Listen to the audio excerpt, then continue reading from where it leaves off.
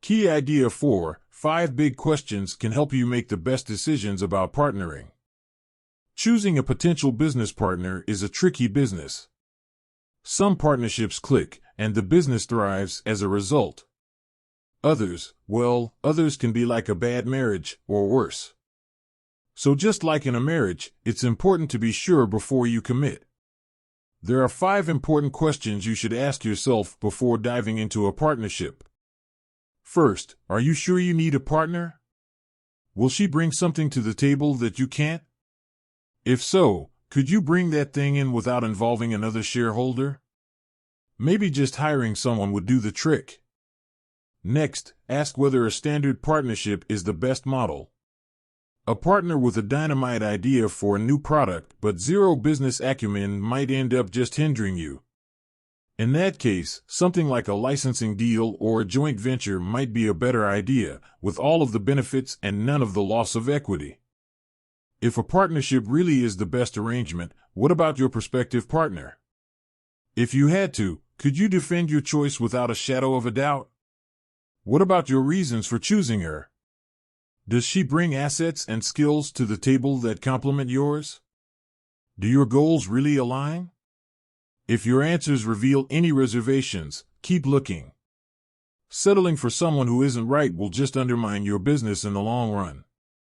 Fourth, could the partnership work in theory and in practice? To make sure, consider a trial period in which you can both test out working together. Establish some short-term goals and see what working together to achieve them reveals. Chances are that within just days or weeks, it will be clear how well you align. Finally, make sure your agreement is clear to both people and put everything down in writing. Things can seem rosy in the early stages of working together, and having things on paper might feel unnecessary. But clearly defining things like equity ownership, corporate responsibilities, and rules for company stock purchases will pay off if things go badly and you end up in court. As tempting as it might be to dive in headfirst, you and your business will be glad that you took that time to ask these questions. It pays to look before you leap. Key idea 5: entrepreneurs don't have normal lifestyles, instead, they design their own. An entrepreneur has freedoms that an employee doesn't have. On the other hand, an entrepreneur doesn't get to go home and call it a day at 5 p.m. An entrepreneur's lifestyle is not a normal one because, ultimately, you are your business. It's a symbiotic relationship where the time you put in is what allows both you and your business to thrive, especially in the beginning. That's a time when you'll be at maximum hustle, wearing all the hats there are to wear. Some of these hats will fit, while others might be uncomfortable. Maybe you're great at budgeting, but cold calling customers gives you nightmares. Never fear. You'll figure it out, because you have to. At this stage of the game, anything that you aren't willing to do simply won't get done. What's more, you'll need to intimately understand each aspect of your business before you're able to hire someone else to do it. To make all of this possible, you'll need to design a power routine, which allows you to tailor your life around your entrepreneurial strategy in a way that's focused and productive. Here's how. For starters, you'll need to work every day for an entire month. Putting in 7 days a week for a month might not be easy, but it will give you the information you need. Note your big successes during this time, and write down the days and times when they occurred. Next, categorize each of these successes as one of 3 things: strategic planning, internal operations, or revenue generation. Working on your 1-paragraph startup plan is a strategic planning activity, for example, whereas contacting vendors is internal operations. Discussing a project with clients is, of course, revenue generation. Now look at the successes and failures in your schedule. When did you do best in certain categories? When did your slow periods happen? Try to figure out why your productivity ebbed and flowed when it did, then tweak your schedule to capitalize on this. For example, if you've been successfully generating revenue from 10 a.m. to 4 p.m. on Wednesdays, and Sunday afternoons are best for strategic planning, take advantage of this by locking it into your schedule. Keep adjusting your power routine until you're confident that it's perfect. Then commit to your routine and stick to that commitment. That means that if Saturday afternoons are your sweet spot for successful internal operations work, then you'll have to skip plans with friends that day. Your schedule is meant to revolve around maximum results for your business, not socializing. Key idea 6. A clean, simple website and the right approach to lunch can give you the entrepreneurial tools of a pro. You've got to make a professional impression, everyone knows this. That's why businesses spend huge amounts of cash on design, messaging, and consultants. A startup isn't going to be flush with cash right at the beginning, though. That's why it helps to know a few savvy tricks that can make you look like a winner without breaking the bank. It all starts with your website, the most important component of your brand. A website that makes you look like a big fish should be, above all, simple. Quick to load and easy to navigate will beat complicated or beautiful every time, and you don't need an expert programmer or designer to make that happen.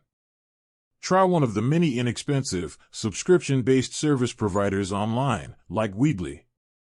They offer online tools for your business, along with useful templates, and they can get your site up and running fast.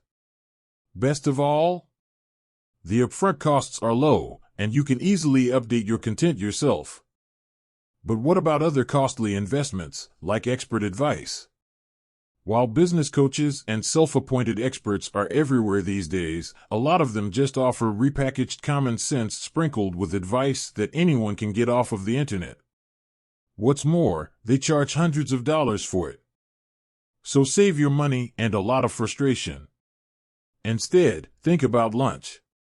First, figure out what kind of information you're looking for. Then brainstorm a long list of people who might be able to help, and figure out how you might be connected to them. Social networking sites are a great tool for this, and you can turn to your existing network of friends and contacts to ask for introductions. Once you've figured out your contacts, pick about 10 people from your long list and reach out to invite them to lunch. Make this a personal invitation, with information about yourself, your connection to each person, and what you think he or she might know that could help you. Then make that lunch count. Plan what you'd like to discuss and stick to it. Really listen to what your lunchtime consultant has to say.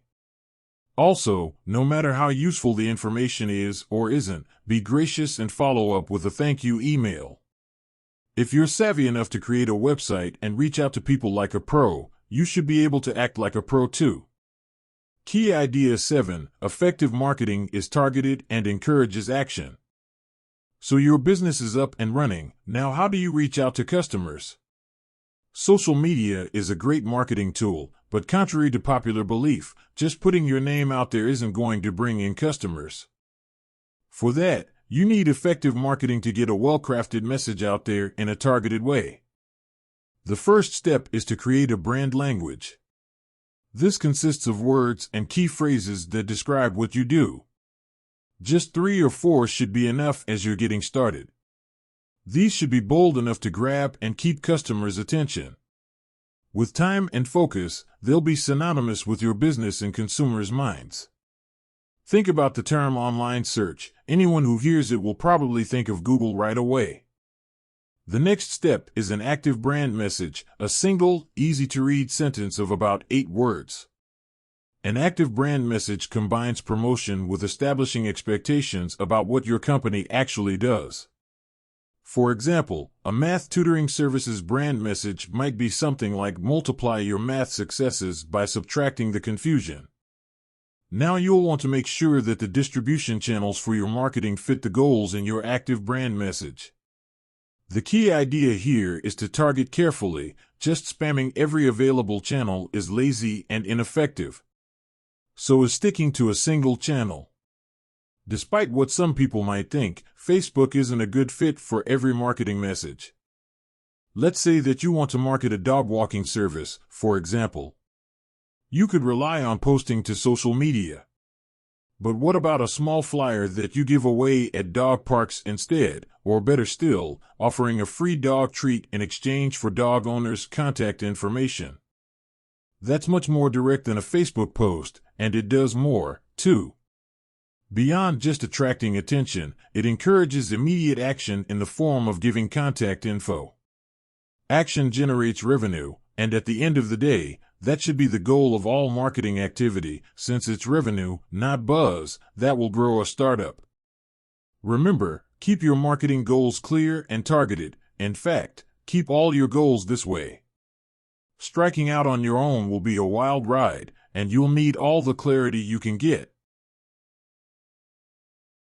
Being an entrepreneur isn't easy, and it isn't for the faint of heart. But it does offer independence and the satisfaction that comes from handling every challenge that comes your way. If you're willing to put in the hours, and if you have savvy and a whole lot of hustle, you'll ditch your real job in no time and never look back. Starting up requires a huge commitment, but that doesn't mean working 24/7. If you want to be able to keep working in the long term, you also need to take care of yourself. That means scheduling some downtime to decompress and also making a habit of exercise. This doesn't have to be overly ambitious. It can just be a matter of doing simple exercises, such as push-ups or stretches, which you can do in the privacy of your bedroom.